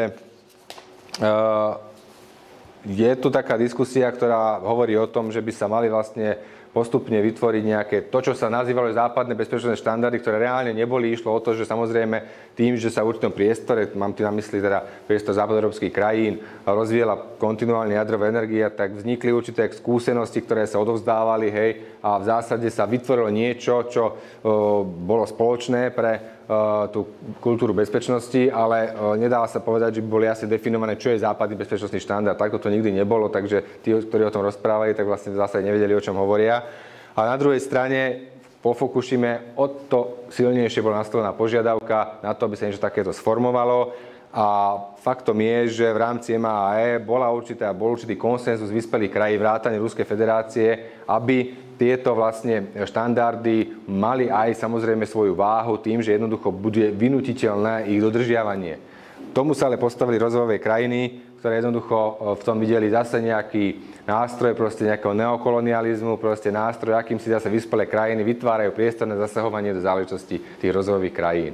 Takže to v zásade odmietli, čo je na škodu a ukáže sa do budúcnosti, keď budeme vidieť väčší boom rozvoja jadrovej energie práve v krajinách, ktoré dnes o tom hovoria. Či už je to Irán, či už je to Egypt, Saudská Arábia, ktoré koketujú vlastne s týmito témami. Samozrejme, v Latinskej Amerike máme tiež niekoľko krajín, ktoré uvažuje týmto smerom. Pochopiteľne a ďalších častiach sveta. Takže toto môže byť niečo, čo znova vyvolá určité obavy z toho, že akým spôsobom vlastne dokážu tieto krajiny vybudovať ten komplexný systém, ktorý zabezpečí naozaj to, čo vlastne k tej jadrovej elektrárni patrí, celý ten systém bezpečnosti. Vrátane samozrejme toho, ako dokážu vlastne vybudovať vlastne ten systém a otvoriť ho inšpekciám tak, aby bolo jasné, že pod pláštikom toho mierového vývoja sa nesnažia o vývoj zbraní hromadného ničenia, teda konkrétne jadrových zbraní. Takže ak vynechám Slovensko teraz, o ktorom sa môžeme porozprávať na seminári, tak faktom je, že ten odklon jadra podľa mnohých tém, podľa mnohých prognóz by mohol viesť k 30% nárastu svetových emisí. Takže faktom je, že teraz mnohí apelujú na to, že udržať ten zmysel pre realizmus, udržať vlastne ten zmysel pre strategické myslenie, ako v tom, aby sme nedemonizovali zbytočne jadrovú energiu, ale zase, aby sme si nemysleli, že vyrieši všetko. Faktom je, že s jadrovou energiou sa viaže stabilita a predpovedateľnosť. A to sú práve tie faktory, ktoré môžu udržať jadrovú energiu v hre ako relevantný subjekt, ako relevantný zdroj energie. A to, že samozrejme štáty sa bránia pochopiteľne aj v kontexte toho, čo vidíme dnes, vo vzťahu k Ruskej federácii, vo vzťahu Rusko-Ukrajina a tak ďalej, tak samozrejme o to viac bude tu nastolená a o to živšia bude znova a silnejšia požiadavka na budovanie vlastne nezávislosti, alebo teda zvyšovanie aspoň nezávislosti vo vzťahu k zabezpečeniu tých základných energetických potrieb v jednotlivých krajinách. Takže tá vyvážená energetická politika je dnes asi to jediné, čo môžeme do budúcnosti preferovať. To znamená, jak centralizované, tak decentralizované zdroje energie tu majú svoj význam a pochopiteľne tá diverzifikácia energetických zdrojov musí byť práve základom toho stabilného systému. Ona je základom akékoľvek stabilného systému. Pričom tá štruktúra tých využívania zdrojov, tá skladba reálne musí vychádzať z tých miestnych možností a podmienok daného štátu alebo regiónu. Takže toto je niečo, na čom by sme sa mali nakoniec zjednotiť v tom názore, do akej miery jadrová energia áno, a ak áno, prečo, a keď nie, tak prečo nie.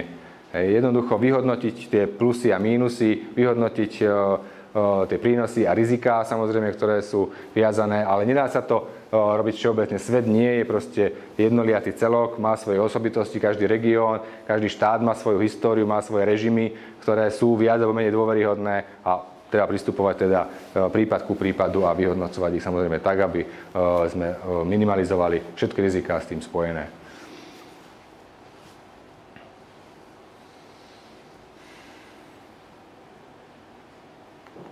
Takže toľko k tomuto úvodnému bloku. Samozrejme, že my ešte máme nejakých 15 minút, takže ja ich rád využijem na to, aby som ukázal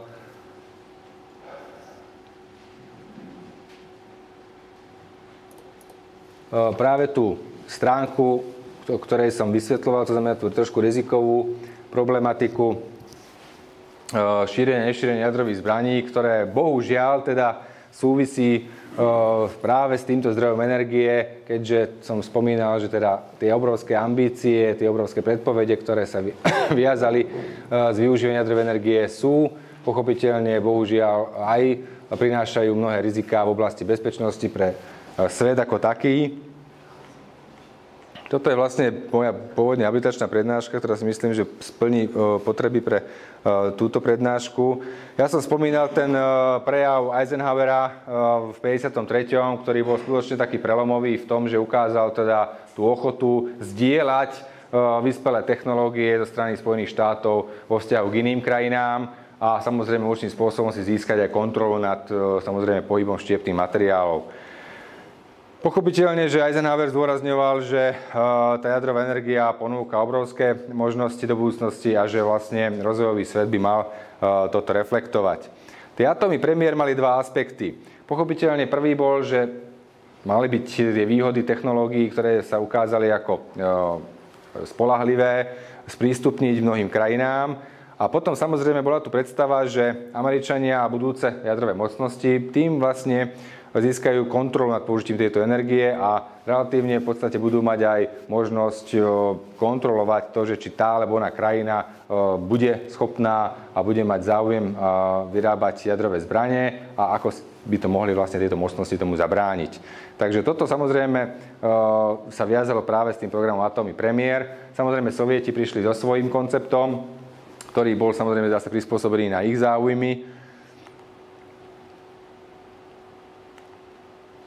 V Ženeve vlastne potom náväznosti na Atoms for Peace bola prvá taká konferencia o mierovom využití atomovej energie, kde v podstate sa ukázalo, že skutočne ten program je mimoriadne štedrý, veľkorysý zo strany Spojených štátov.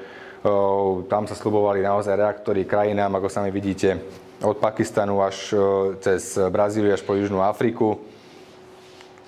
Sovietsky zväz mal teda svoj program, ktorý v podstate bol zameraný samozrejme na podchytenie si tej infraštruktúry vedecko-výskumnej v krajinách socialistického bloku a pochopiteľne uzavrel aj dohody s mnohými krajinami o spolupráci pri rozvíjaní jadrovej energie. Treba povedať, že bol veľmi úspešný Sovietsky zväz inak v tejto oblasti a plne konkurencieschopný teda so Západom.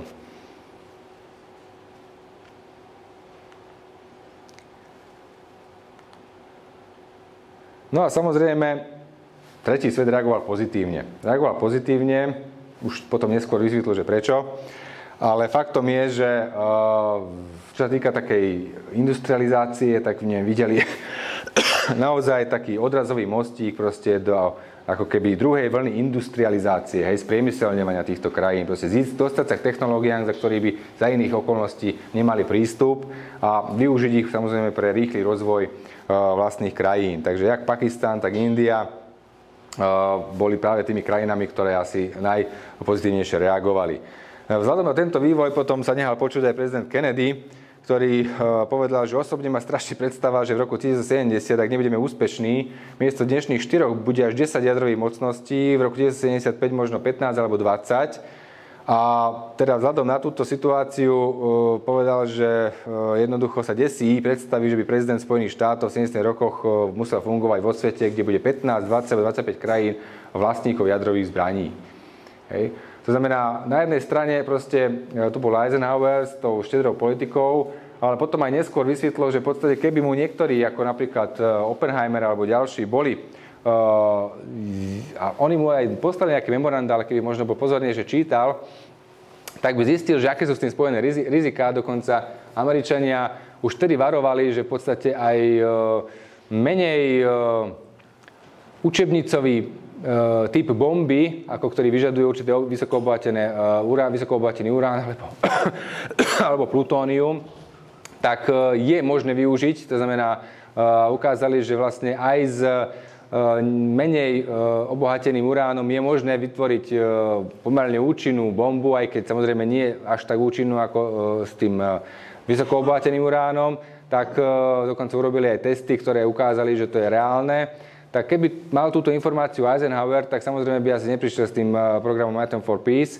Na druhej strane faktom je, že práve tieto obavy, a nie len Kennedyho, ale samozrejme aj iných krajín a iných predstaviteľov, viedli k tomu, že ako vidíte, takýto vývoj, povedzme Francúzsko boli úspešné, Čína bola úspešná v začiatkom 60. rokov, v 62. vlastne uskutočnila úspešne, alebo v 64. Testy jadrovej zbrane. Samozrejme to, že Čína mala jadrovú zbraň, okamžite vyvolalo reakciu v Indii, pretože no, ako je možné, však Čína s Indiou vždy boli takými rivalmi toho, že vlastne kto bude viesť vlastne ten rozvojový svet, a v podstate aj tú Áziu. Takže v zásade India potom uskutočnila napríklad tzv. Mierovú jadrovú explóziu, to vyvolalo samozrejme zdesenie vo svete, lebo tak každý vedel, že neexistuje mierový jadrový výbuch, alebo teda nech niekto ukáže, čo je mierový a čo je iný jadrový výbuch, hej. Takže faktom je, že ten vývoj bol veľmi prudký.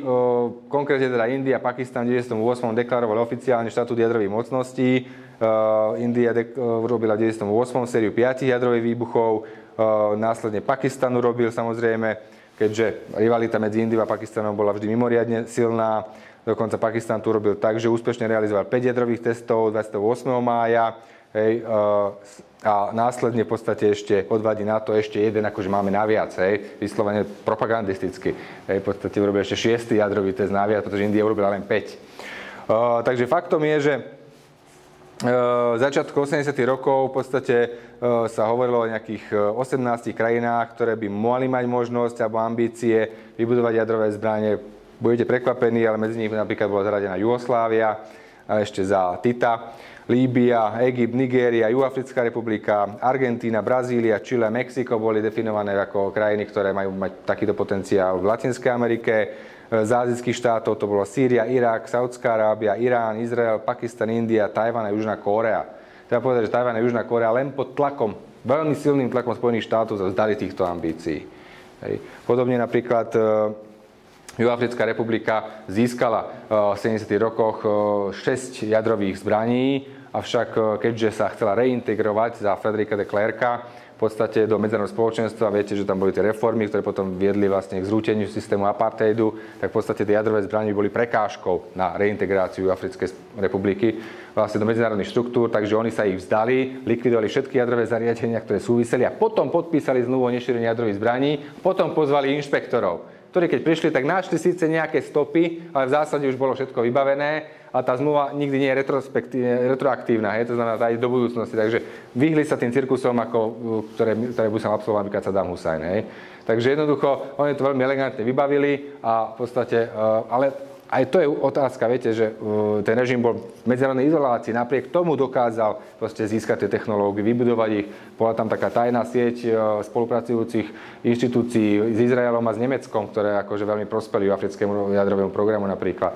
Ale hovorím aj ďalšie štáty, známa je aj Sýria, však nie tak dávno uskutočnil aj Izrael letecký nález v podstate na zariadenia, ktoré boli identifikované ako potenciálne možné pre ďalší rozvoj jadrového programu. Kadáfi konkrétne tiež vždy poškoloval po tejto alternatíve a v 2003, keď bola zachytená jedna libýska loď americkou vojenskou loďou v Indickom oceáne, kde našli proste zásielku štiepných materiálov Severnej Kórei. Nebolo to nejako vtedy medializované, ale na základe potom toho prebehli veľmi intenzívne rozhovory, ďakujem pekne, medzi Spojenými štátmi a Líbiou a v tom období Kadáfi o 180 stupňov zmenil svoju zahraničnú politiku v podstate, že dostal jasne najavo, že pokiaľ by v tomto pokračoval, tak ho neminie ho scenár Saddama Husajna v Iraku. Takže v zásade oddialil vlastne svoj odchod na jeden čas, nakoniec mu to nepomohlo, ale v tom období dokázal prežiť a dokázal napríklad využiť potom to naklonenie západu vo vzťahu napríklad ku kontraktom, zemný plyn, ropa, a tak ďalej, s Talianmi, Španielmi a podobne, takže v zásade stabilizoval svoju situáciu mocenskú. Takže v podstate potom už o 10 rokov neskôr Leonard Spector uvádza niekoľko rodiacich sa štátov s jadrovými zbraňami.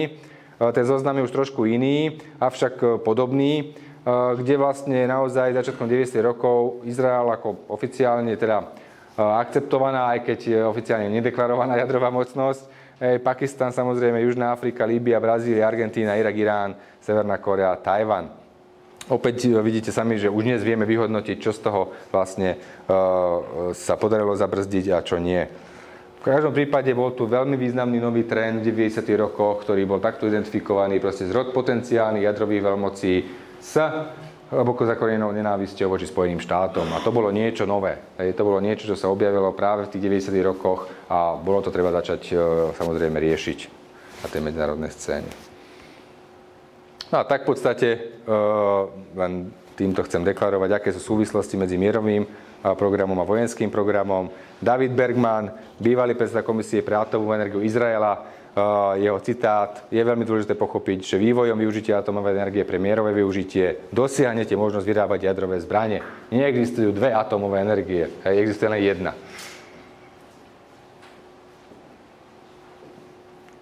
Ernest Alven, švédsky expert. Atómová energia pre mierové využitie a atómová energia pre vojenské účely sú siamské dvojčatá.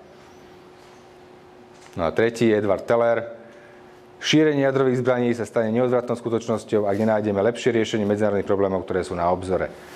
Jednoducho, ten štatút jadrovej mocnosti bol tak príťažlivý pre mnohé krajiny rozvojového sveta, že jednoducho riskovali čokoľvek, aby ho dosiahli, pretože to im garantuje z ich pohľadu jednoducho to, že Spojené štáty alebo nejaký iný rival v regióne na nich nezaútočí. Pretože ten faktor odstrašenia, ako základná funkcia jadrovej zbrane, má túto úlohu odstrašiť potenciálneho útočníka samozrejme od agresie. Pretože spätný úder, teda odvetný, bol samozrejme veľmi dramatický a vlastne by eliminoval všetky výhody, ktoré by mal ten útočník vo vzťahu k tomu potenciálnej obeti. Takže jednoducho, toto je niečo, čo samozrejme viedlo potom tie režimy, o ktorých sme sa bavili, či už severokorejský, alebo aj ten iracký v podobe ešte jadrového programu pod Saddamom Husajnom k tomu, že teda naozaj v tom videli možnosť zabezpečiť si proste vedúce pozície v regióne a hlavne zabezpečiť to, aby Spojené štáty na nich niekedy nezaútočili. To znamená, toto je ten hlavný moment, ktorý sa spája vlastne s držbou. Takže tuto to možno ešte trošku môžeme priblížiť. Profesor Sagan uvádza také 3 hlavné teórie, prečo vlastne sa tieto štáty rozhodli zostrojiť jadrové zbranie. To je model bezpečnosti. Jednoducho, podľa neho jadrové zbranie vlastne budujú štáty preto, aby proste zabránili vonkajším hrozbám, hlavne jadrovým hrozbám, ale aj konvenčnému útoku. Irán napríklad, tí poradcovia okolo Ahmadinejada sa nikdy netajili, že vlastne oni vnímali práve, samozrejme oficiálne to nikdy nedeklarovali, ale presiakli vždy určité informácie, že jednoducho v tom vidia, že skúsenosť proste Iránu po vojne s Irakom bola, že jednoducho ten konvenčný potenciál, ani potenciál chemických zbraní nebol tým odstrašujúcim pre Irak v tejto vojne, ale že jadrová zbraň zrejme bola. Nehovoriac o tom, že samozrejme tak ako Pakistan odôvodňoval, že keď má kresťanská civilizácia jadrovú bombu, keď má židovská civilizácia jadrovú bombu, prečo by ju nemohla mať moslimská civilizácia. Takže, a toto je v podstate tiež prípad Iránu.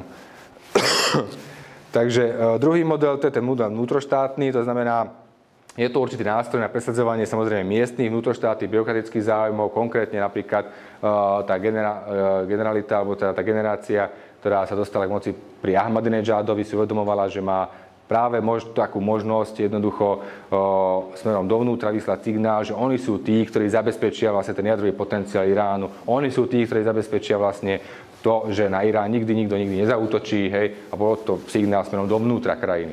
Takže toto tiež treba brať do úvahy. Podobne ako to robí napríklad aj severokorejský vodca. To znamená, mnoho tých rozhodnutí vôbec nesmeruje smerom von, ale smerom dovnútra. Že jednoducho on je ten, ktorý dokáže toto presadiť a je mu jedno, čo na to povie Moskva, Washington, Brusel, neviem kto. A tým si posilňuje tú pozíciu vo vnútri. A model noriem, to znamená, je to jednoducho akýsi symbol modernosti štátu, jeho identity. Takto ho vnímajú zase mnohí predstavitelia v týchto rozvojových krajinách. Jednoducho to, že disponujú jadrovými, alebo budú disponovať jadrovými zbraniami, to znamená, že sa zaradia medzi špičku sveta. Oni sú tí moderní, oni sú tí, ktorí jednoducho na to môžu stavať budúcnosť svojej krajiny.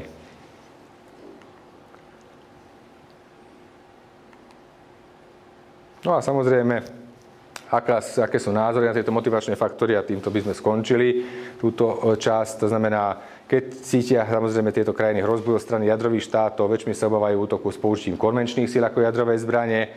Takže toto je otázka, ktorá môže spochybniť to, čo sme sa doteraz bavili o tej motivácii. Samozrejme, tiež je tu fakt, že vyhrážanie sa jadrovou zbraňou nejadrovým štátom napomohlo rozširovaniu jadrových zbraní. To znamená, ak tu boli napríklad úvahy o nasadení jadrových zbraní, či už vo vietnamskej vojne, viete dobre, že bolo zamietnutá tá žiadosť, Francúzi napríklad žiadali Američanov, alebo aj v Koreji, teda korejskej vojne, prípadne Američania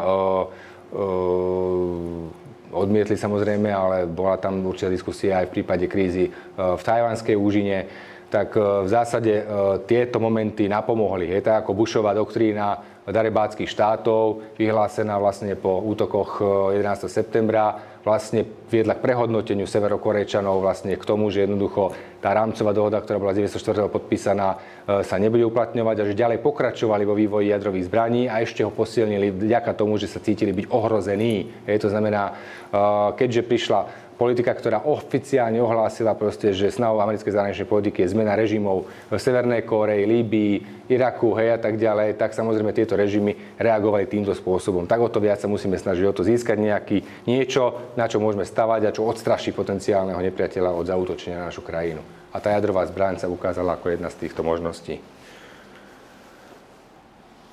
No a toto už je posledné, vlastne môžeme toto ukončiť týmto. Toto sú vlastne tie zmluvy, ktoré určitým spôsobom zohrali veľmi významnú úlohu v tom, že naozaj tie jadrové zbrane sa nešírili nejak masívne a v zásade ten proces bol udržaný ako tak pod kontrolou. Hej. Či to bola zmluva o nešírení, zmluva o zákaze jadrových skúšok, zmluvy o vytvorení zón bez jadrových zbraní, záruky MAE, rôzne kontrolné medzinárodné mechanizmy a rôzne bilaterálne dohody. Takže mnoho štátov schopných v podstate po tej technologickej stránke vyrobiť jadrové kapacity sa ich stalo z rôznych politických, diplomatických, vojenských, ekonomických dôvodov. V prípade vyspelých krajín alebo spojencov USA tým, že Američania im vlastne garantovali tú bezpečnosť, že dostali pod ten jadrový dážnik Spojených štátov a tým pádom nepotrebovali vyvíjať ako Nemecko, Švédsko, Taliansko alebo ďalšie krajiny. Iné zase boli samozrejme nejakým spôsobom inak ubezpečené alebo získané na svoju stranu. Južná Kórea, Tajvan napríklad a podobne. Dobre, takže týmto by som ukončil. Tá zmluva a ďalšie veci to môžeme rozobrať na seminári, takže túto chvíľu by som sa vám poďakoval a budeme pokračovať teda asi v inej miestnosti.